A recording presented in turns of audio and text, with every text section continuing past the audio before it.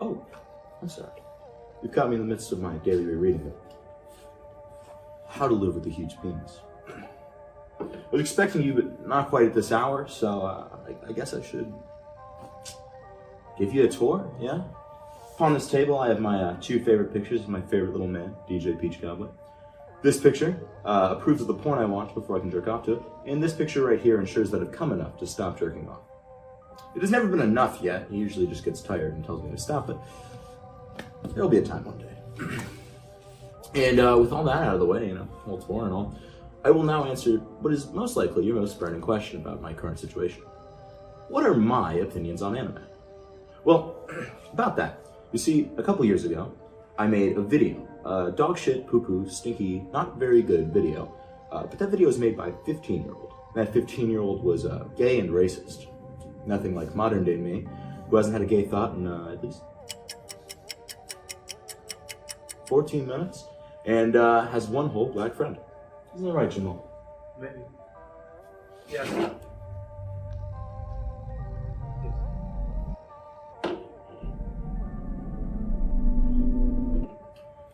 With that out of the way, let's talk about Chainsaw Man real quick. Come.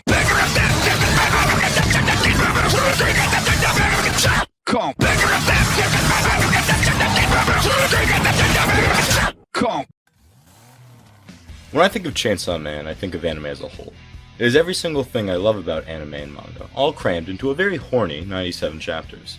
It has an interesting and unique world, it has amazing fight scenes with super cool, extra scary, really mean bad boys, and it has a litany of anime women that keep those ever-present gay thoughts at bay. In the world of Chainsaw Man, there's not a single devil without name. These names, if feared heavily enough, will manifest into something most vile.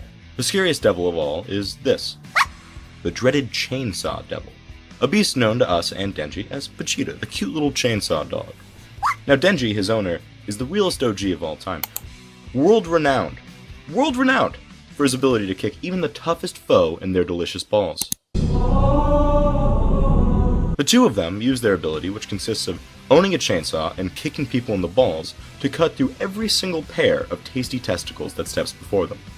But rather than just being a blood-covered montage of Japan's hottest fights and even hotter women, it also indulges in all the tropes every anime ever seems bound to, like the main character fighting for their beliefs, the power of friendship prevailing over all else, even that third thing I forgot to write. Now if you read or watched Chainsaw Man, you most likely went, fuck this guy, he's full of shit. And you're correct, I have not pooped in weeks. And in relation to my previous statement, Chainsaw Man, rather than avoiding all the tropes that make anime so hard to explain, decides to gleefully and chaotically take a chainsaw to every single stupid fucking trope and carve it into something undeniably its own. The noble hero trope gets mangled into whatever Denji is, which for a majority of the series is a main character who is willing to die as long as he gets to feel up some busty bitch on a toilet. He's just like me, for real. The friendship solves all trope becomes a four-way amputee, having every single limb discarded and used to beat the moral that friends in this universe are expendable, delectable, and in some rare cases, delicious. I'd say most friends of Denji have tried their absolute best to kill him at least once throughout the series. Normally, not even for a good reason, like, they'll literally just be like, it'd be a really funny prank to cave in his skull with a blood-infused carpenter's hammer. I mean, and yes, it is funny, but also kind of fucked up.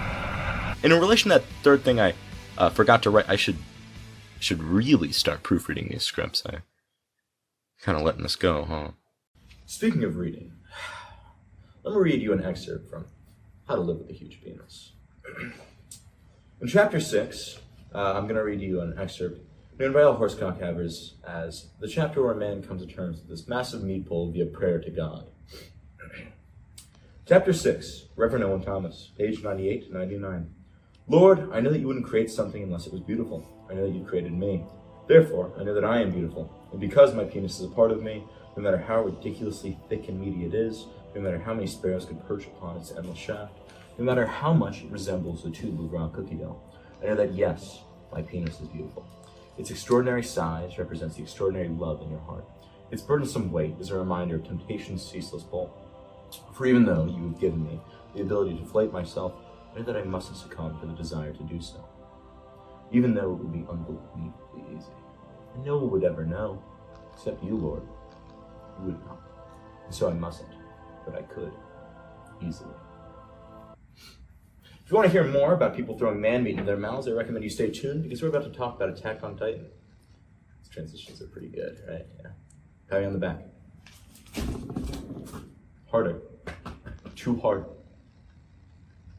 Yeah, that's okay. Say, hey. Thank you. Fucking scram.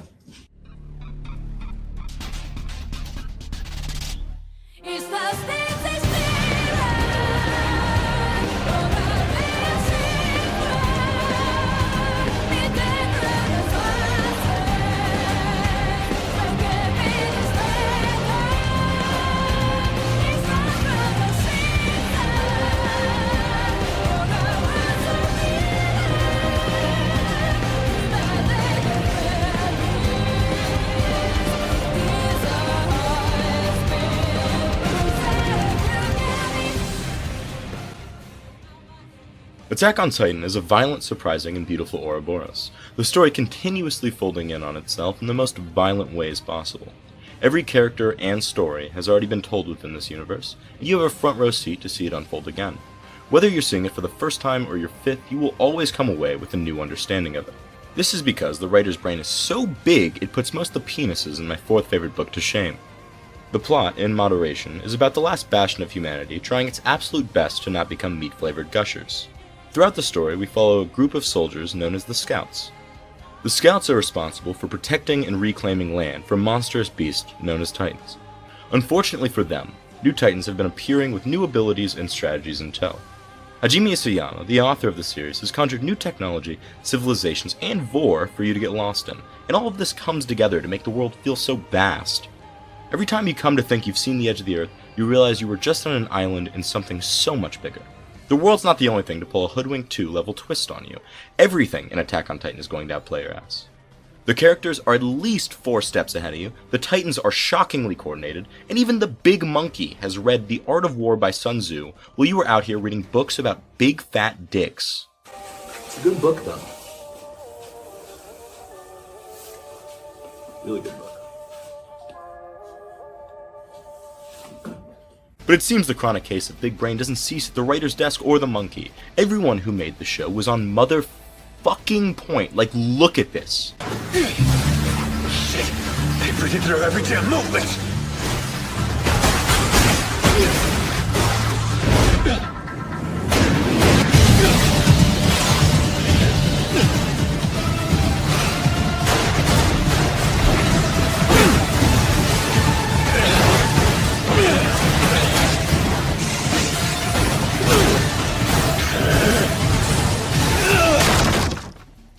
And you heard that music, like, everyone who helped make Attack on Titan, the manga or the show, line up for some free sloppy top. You deserve it. On me, man.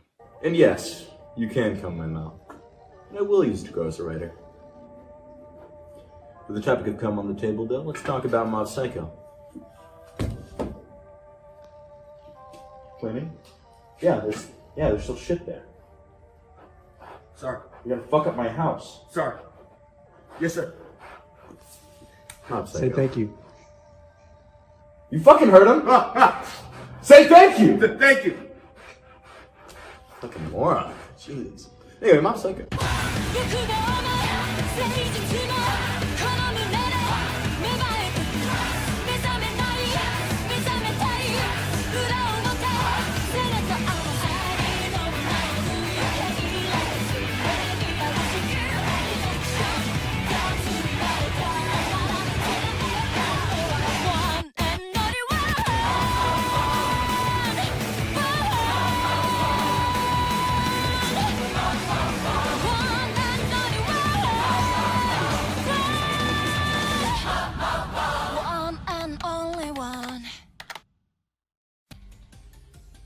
Mob Psycho is a coming-of-age story told in the most surreptitious way possible. It masks its wholesome story about a boy becoming a man under some of the most chaotic setups for growth I have ever seen. Oh, a middle schooler is starting gang wars downtown? I better go show him the virtues of a modest and average life as I kick his ass with the might of 2 whole pit bulls. This sounds odd, and could potentially, if not done correctly, lose all semblance of meaning, but surprisingly the show's presentation does nothing but add to the stories being told. When talking about the animation and presentation in Mob Psycho, I would like to quote the great Scambully Reviews. You show this to an epileptic kid, and he can't help but start wiggling out of excitement. This show bleeds color and vibrance in a way I just haven't seen since, which is odd because for the most part the show looks stylistically average, and I'm certain that's intentional. It allows for moments where the unnatural take control to look notably extraordinary, not only in their abnormal designs and powers, but in the very colors they're clad in. Even if the characters didn't look so different, I'm certain you could tell them apart. The series has nailed every character by making them all feel so human despite their unnatural setting and abilities. I never thought watching a sentient fart cloud would resolve my god complex, but look at me now. I've come to terms with my position as a demigod, and I've never been happier. He's just like me for real. The show and manga cover such a wide array of personal barriers that whether you're a con man, a psychic, or literal mind Hitler, you'll come away realizing just how normal you are, and that being normal's okay. The best part of the roster is most certainly Mob, aka Young Reezy. His powers come from his emotions, which sounds lame as hell, but the way it's written is truly special. Due to his power, he has to keep himself from feeling much of anything, which makes him seem borderline autistic. But the social distance he feels between him and others only fuels his feeling of loneliness and sorrow, which causes him to unleash these bursts of colorful emotion. He feels no joy from abusing his powers, and throughout the series you get to see him not try to become the best mind wizard, but instead become a better person, and in a weird way, that's more interesting. Oh, and if none of that lame shit sold you, check this out, huh?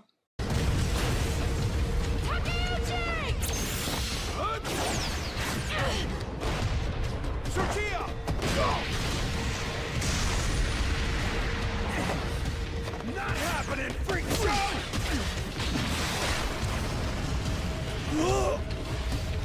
Pretty cool, yeah? Yeah. But sadly, the pretty cool ends here. You see, I've used my finest tricks and my fattest cocks to convince you otherwise, but anime, like most cults, isn't quite as cool as I let on. It'd be unfair of me to not let my near and dear DJ Peach Cobbler speak his mind on the matters. I will let him do so now. I hate anime with a white-hot fury rivaled only by nothing. Nobody on Earth has ever hated anything as much as I hate anime. I hate the way it looks, I hate the way it sounds, and I hate how every time I tell someone I hate anime, they're like, "Oh, you just haven't tried the right one." You know, I feel the same way about genocide. Now, about the genocide thing, I'm not going to elaborate on that. You have to go watch some of his content if you really want to figure out where that is, so you're welcome. And about the anime thing, this might be hard for you to hear, especially if you have a body pillow, but I don't entirely disagree with him. I think a large part of him is correct. It's me, Kaz. I brought you a big Toblerone.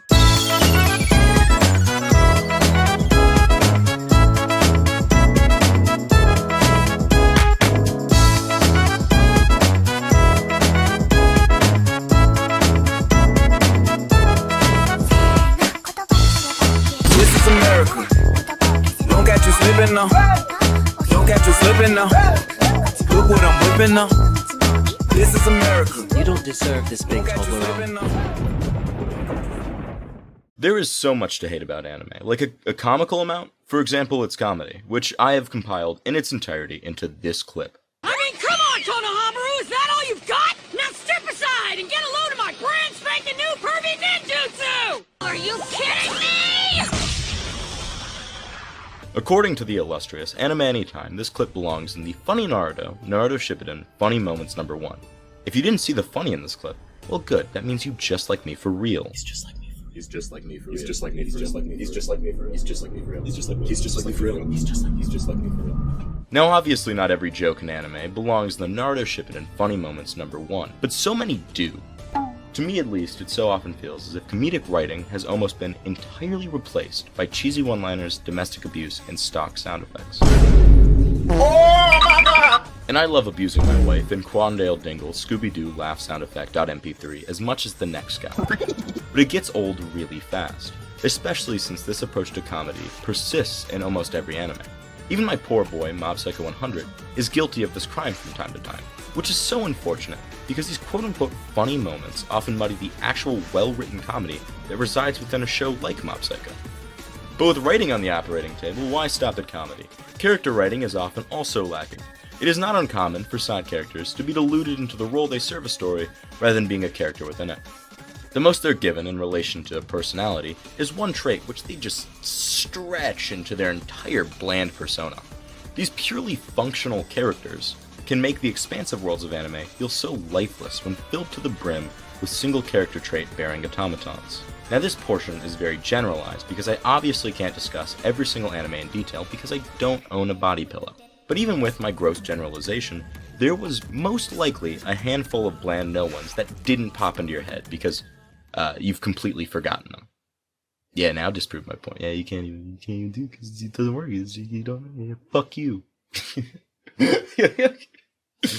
Alright. But even when a character is written well and feels like a human, oftentimes the words they say are even more unnatural than the non-person people they're surrounded by. It can feel at times in many anime that characters race to divulge as much exposition in the worst written way possible. An incantation orb, huh? Somebody came prepared. Lady Merlin happened to give it to me before we left. She knows you well. You never did like the dark, did you? Because of something that happened to me as a kid, living in the Druid village. Something I've never been able to shake. If I remember correctly, the female druids become apostles of the goddesses, and males become the priests who assist them, right? That's only one part of it. Almost all of them were apostles. I was one of them.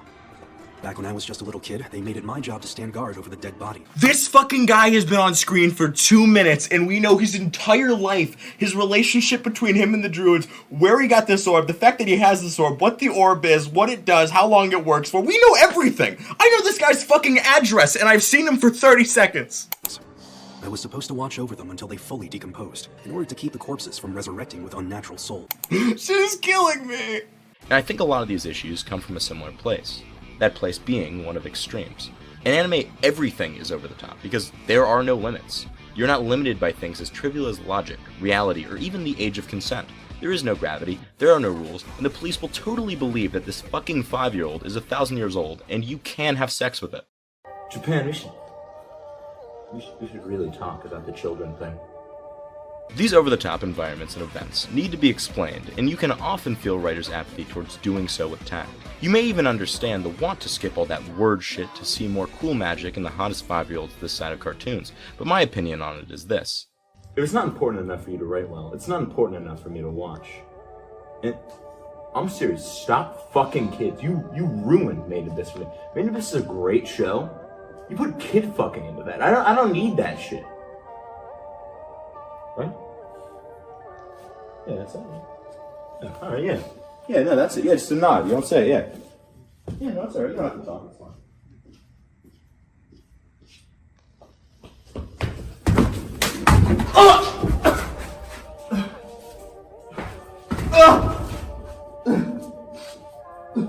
Yeah.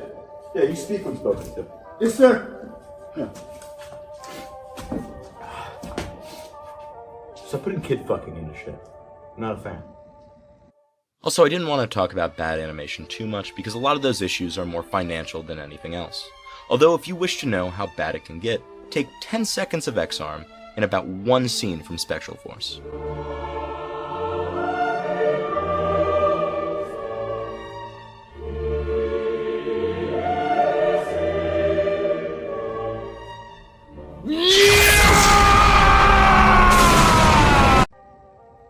Sorry I showed you that, but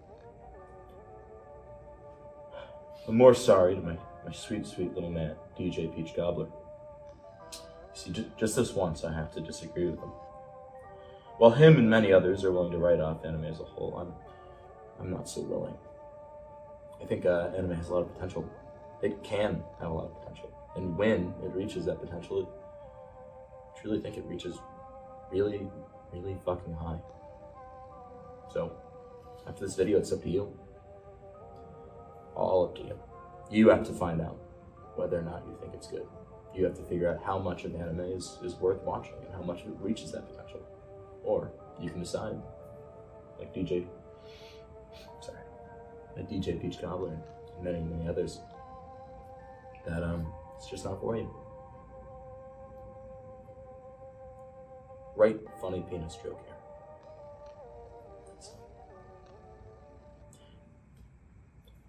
I need to start proofreading these scripts.